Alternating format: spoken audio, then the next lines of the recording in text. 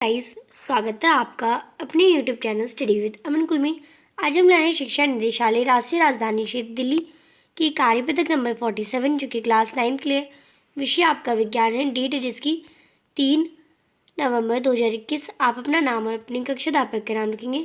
आज हम अपना चैप्टर नंबर 5 की रिविज़न करेंगे। कोशिका जीवन की मूलभूत क्रियात्मक एवं संरचनात्मक इकाई होती है, क्योंकि जीवों में सभी कार्य एवं संरचना कोशिका ही प्रदान करती है। जीव दो प्रकार के होते हैं, एक कोशिकीय और बहुकोशिकीय।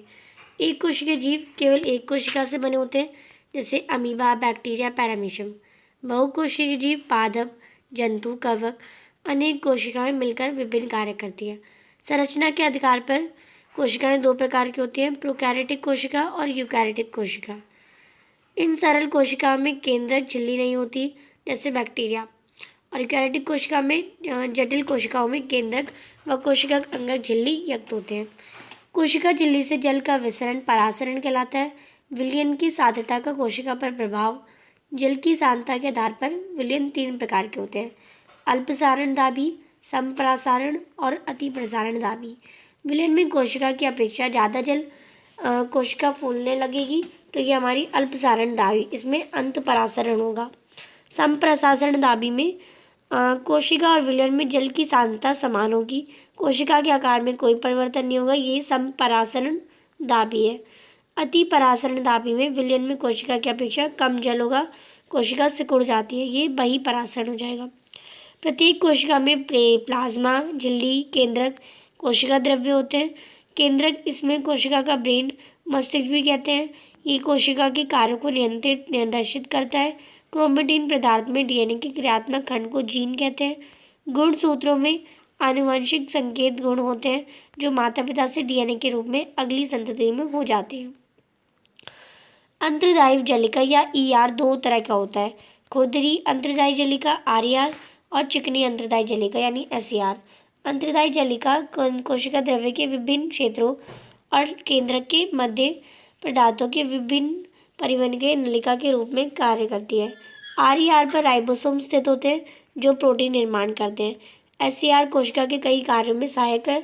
वसा लिपिड पदार्थ के अणुओं के बनाने में सहायता करती है। माइटोकॉन्ड्रिया एटीपी पर उत्पादन कर कोशिका को ऊर्जा प्रदान करते हैं, इसलिए इसे कोशिका का ऊर्जा संयंत्र यानी बिजली घर या पावर हाउस भी कहते हैं। प्लास्टिड्स केवल पादप कोशिका में स्थित होते हैं। प्लास्टिड दो प्रकार के होते हैं, ल्यूकोप्लास्ट, क्रोमोप्लास्ट। जिस क्रोमोप्लास्ट में हरे रंग का वर्णक क्लोरोफिल होता है उसे हम क्लोरोप्लास्ट कहते हैं। प्रकाश संश्लेषण क्रिया क्लोरोप्लास्ट में होती है। कार्बन डाइऑक्साइड प्लस वाटर, प्रकाश प्लस क्लोरोफिल, कार्बोहाइड्रेट और ऑक्सीजन बनता है। अब गोल्गी उपकरण के लिपिड, प्रोटीन आदि जैसे पदार्थों का संचयन, रूपांतरण तथा उन्हें पैक कर कोशिका की जरूरत के अनुसार कोशिका के अंदर और बाहर भेज दिए जाते हैं। लाइसोसोम, ये कोशिका का अपशिष्ट निपटाने वाला तंत्र है। कभी लाइसोसोम फट जाते हैं तो इसके पाचक एंजाइम अपनी कोशिका को पचित कर देते हैं, इसलिए इसे कोशिका की आत्मघाती थैली भी कहते हैं। रसधानी होता है, पादप कोशिका में रसधानियाँ द्रव्य संहित कर कोशिका को कठोरता तथा स्फूर्ति देती है। इसमें अमीनो अम्ल, प्रोटीन, शर्करा आदि का संचयन भी होता है। प्रश्न नंबर 1 है, किशमिश और लाल रक्त कोशिका को अल्पसारण दाबी विलयन में रखने पर उनमें क्या बदलाव और होगा और क्यों?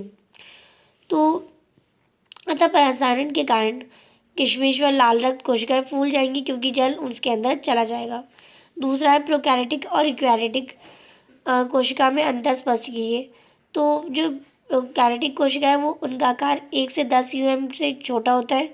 स्पष्ट केंद्रक दिखता है, नहीं दिखता, विशिष्ट अंग नहीं दिखते, सिर्फ एक क्रोमोसोम होता है। Example bacteria. यूकैरियोटिक कोशिका में आकार भी बड़ा होता है, 5 से 100 यूएम तक।